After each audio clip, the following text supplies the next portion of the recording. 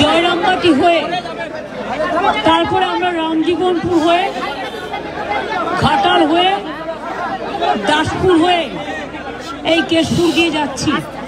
অর্থাৎ প্রায় 10 ঘন্টা আমরা গাড়িতে বসে আছি এই অবস্থায়। আপনাদের সবাইকে আমি আর দেব আমাদের পক্ষ থেকে শিউলিও আছে, আমরা ধন্যবাদ এবং কৃতজ্ঞতা জানাই, প্রণাম জানাই ও সালাম জানাই।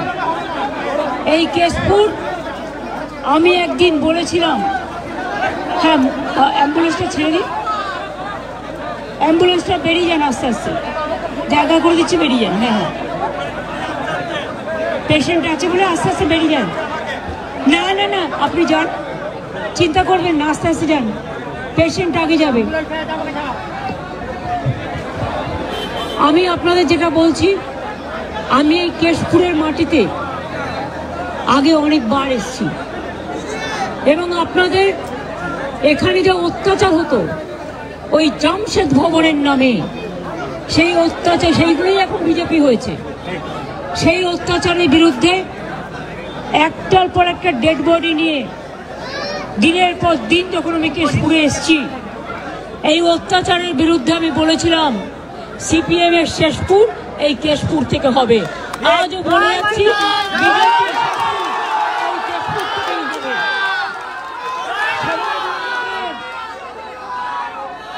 এই ভোটার লিস্টের নামে আস্তে আস্তে ভোটার লিস্টের নামে এনআরসি করার প্ল্যান চলছে। বিজেপিকে আমি বিশ্বাস করি না। যাদের এপিক কার্ড আছেও, যাদের আধার কার্ড আছেও, যাদের রেশন কার্ড আছেও, তারা দয়া করে আবার ভোট তুলবেন। যদি মনে করেন আমার তো ভোটার লিস্টের নাম আছে, এখন নতুন করে প্ল্যান করছে যাতে নামগুলো বাদ দেওয়া যায়।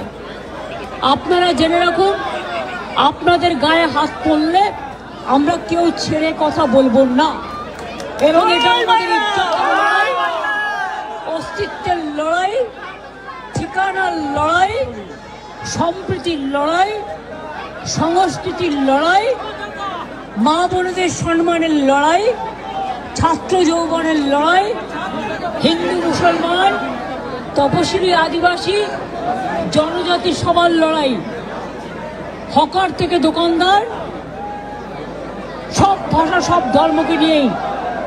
পরিষ্কার বলছি, প্রত্যেকে কিন্তু ভোটার লিস্টের নামটা দয়া করে তুলবেন। আর যারা বাইরে পরিযায়ী শ্রমিক হিসেবে কাজ করছেন কিন্তু অত্যাচারিত হয়ে ফিরে আসছেন, তাদের জন্য আমাদের একটা ওয়েব লাইনে একটা পোর্টাল আছে পরিযায়ী শ্রমিকদের জন্য। তারা সেখানে জানান যে আমরা ফিরে এসেছি, আমাদের সাহায্য করা হোক। তাহলে যারা ফিরে আসবে সঙ্গে সঙ্গে তাদের রেশন কার্ড করে দেওয়া, তাদের স্বাস্থ্যসাথী কার্ড করে দেওয়া, তাদের লক্ষ্মীর ভাণ্ডার করে দেওয়া, তাদের মেধাশ্রী করে দেওয়া, তাদের ঐক্যশ্রী করে দেওয়া, তাদের শিক্ষাশ্রী করে দেওয়া। যদি কারো বাড়ি না থাকে কমিউনিটি কিচেন করে দেবো এবং তারা কর্মশ্রীর কাজে অংশগ্রহণ করবে, যেটা 100 দিনের কাজ বলতো। আমাদের এখানে কর্মশ্রী আছে, আর হাতেও আমরা কিছু সাহায্য দেব। চিন্তা করবেন না, এখানে থাকবেন, ভালো থাকবেন। অনেক কিছু এখানে হচ্ছে। বাংলাকে ভালোবাসুন, বাংলায় থাকুন। কোনো মুম্বাইতে গিয়ে জীবন নষ্ট করার দরকার নেই, গুরগাঁওকে দিয়ে বিজেপির অত্যাচারিত হতে দরকার নেই। গুজরাটে গিয়ে অত্যাচার, মহারাষ্ট্রে অত্যাচার, আসামে অত্যাচার, উড়িষ্যায় অত্যাচার, মধ্যপ্রদেশে অত্যাচার, রাজস্থানের অত্যাচার। মনে রাখবেন, আমরা মাথা নত করতে শিখিনি। ফিরে আসুন বাংলা। আমরা যদি 1 খানা রুটি খাই, 8 খানা রুটিকে দেবো আপনাদের।